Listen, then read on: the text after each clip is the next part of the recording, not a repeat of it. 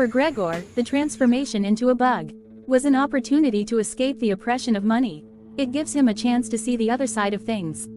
His transformation into a bug gave him freedom. He no longer had to go to work and provide for his family. He was freed from the role that had been binding him. Before, he had been forced to do things and look to others for reasons. But now he could make his own choices and act on his own. Gregor liked to hang from the ceiling until he fell, and this came from the liberation he felt from being free from social conventions and being able to do as he pleased. Freedom should have been happiness for Gregor, whose life was dominated by oppression.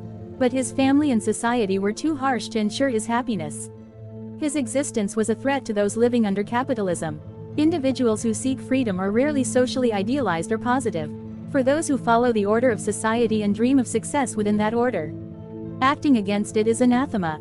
A disempowered individual seeking freedom would be a worm. The idea of an economically disempowered individual seeking freedom is an insect. People who have already lost the possibility of moving on to another world because they have been captured by the capitalist order, rejected out of inertia, despite the possibility of moving on to a new world. Moreover, Gregor is not useful to a society that is not economically active. It is even more difficult to see Gregor in a positive light, as a free Gregor is of no use to them in their lives. The family treats Gregor well because he is family, but as they live day to day in the grip of money, they begin to act differently from their intentions. When the family starts to make money, Gregor becomes a nuisance. His room starts to fill up with things he doesn't use, and he can't get enough to eat.